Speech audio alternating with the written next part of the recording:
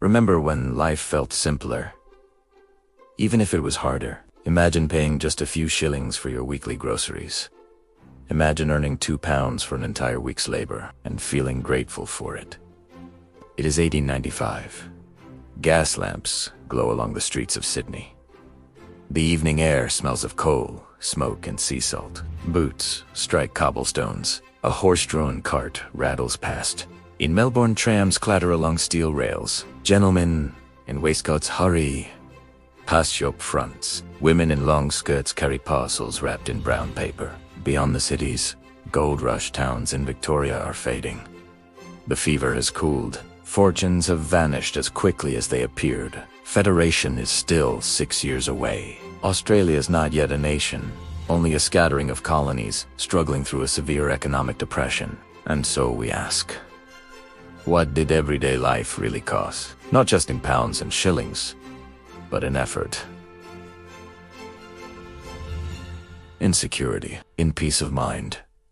Let us step back into 1895 and see what it truly took to survive. In 1895, a working-class laborer might earn between £2 to £3 per week if he was fortunate enough to have steady work. That equals roughly £100 to £150 per year. Adjusted to modern value, that could equate to perhaps $15,000 to $20,000 a year in today's money, depending on how we measure purchasing power. But numbers alone do not tell the story. Imagine bringing home £2 on a Friday evening, and that is all your family has. From that modest sum must come rent, food, clothing, fuel, and perhaps school supplies for the children. For women, wages were far lower. A domestic servant might earn £20 to £30 per year, often with room and board included. Seamstresses, factory girls, shop assistants. Many worked long hours for barely enough to survive. There was no minimum wage, no superannuation, no unemployment benefit. And then came the 1890s depression. Following the catastrophic banking crash of 1893, dozens of financial institutions collapsed. Savings vanished overnight. Businesses folded. Unemployment surged across the colonies. Men gathered at docks and rail yards hoping for a day's work. Some walked miles for the promise of a few shillings. For farmers, drought and falling wool prices brought ruin. Entire families were forced off the land. We sometimes imagine the past as stable, but 1895 was not a time of comfort. It was a time of uncertainty. In working-class suburbs of Sydney or Melbourne, weekly rent for a modest cottage could cost 8 to 12 shillings per week. Nearly a quarter to a third of a laborer's wages. These homes were small, often 2 or 3 rooms. Families of 6 or 7 squeezed into tight quarters. Outdoor toilets. No indoor plumbing. Kerosene lamps for light. Coal or wood stoves for cooking.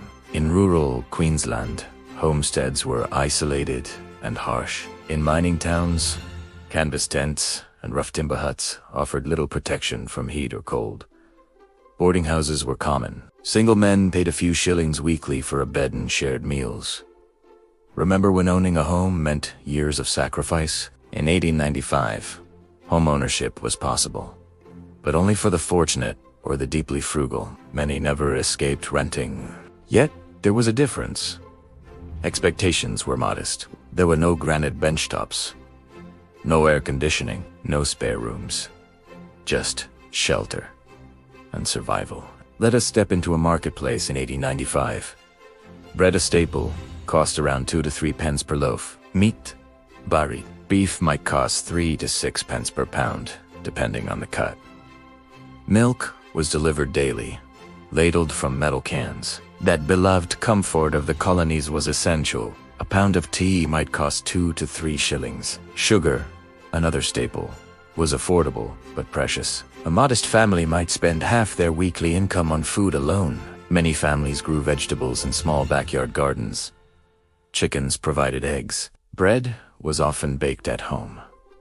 Nothing was wasted. Bones became broth. Scraps became stew. Clothing was patched and repatched. Boots were repaired, not replaced. A sturdy pair of boots might cost 10 to 15 shillings, nearly a week's rent. They had to last. Close your eyes for a moment. Smell the coal smoke drifting from chimneys. Hear the clatter of carts over stone. Watch a butcher carve meat with steady precision. This was not abundance. It was careful management. In the cities, a tram fare cost only a few pence. Horse-drawn cabs were more expensive, reserved for special occasions or emergencies. Rail travel connected colonies, though long journeys remained slow and costly. But perhaps the greatest expense was illness. There was no Medicare. A doctor's visit could cost 5 to 10 shillings, a significant portion of weekly wages. Hospital care was limited. Many relied on charitable institutions or friendly societies. If a breadwinner fell ill, the entire family suffered. Children often worked from a young age, delivering newspapers, assisting in shops, laboring in factories. Education existed, but secondary schooling was rare for working families. School supplies and uniforms cost money many could not spare. There was no welfare safety net, no unemployment payments, no pension for the elderly except small charitable relief.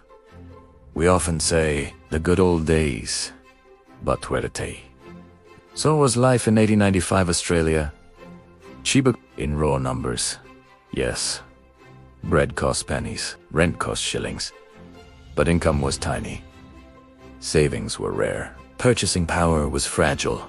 A single crisis, a drought, a bank failure, an injury could push a family into poverty overnight. Income inequality was stark. Wealthy pastoralists and merchants lived comfortably, while laborers counted coins for bread. Yet there was something different. Communities were tighter. Neighbors knew one another. Families were larger. 3 generations might share one home. People repaired what they owned. Tools were maintained for decades. Clothing was altered and handed down. There was resilience, but there was also hardship we rarely romanticize. High infant mortality, dangerous working conditions, limited medical knowledge. Life expectancy hovered around the mid-50s. The past was not softer. It was simply different. Life in 1895 Australia wasn't easy. £2 a week, 12 shillings rent. Pennies counted carefully. Yet from those narrow streets and modest cottages grew the foundations of modern Australia. The resilience, the determination, the belief in a fairer wage and a stronger safety net. Those struggles helped shape the labor movements, the reforms, and eventually the nation we know today. So next time you pass an old terrace house, or see a faded photograph of a man in worn boots and a brimmed hat, remember, he may have earned only a few pounds a week, but he carried a nation forward. Life in 1895 was not comfortable, but it built something lasting. And maybe, just maybe, there are lessons hidden in those old gaslit streets. Would you survive 1895 Australia?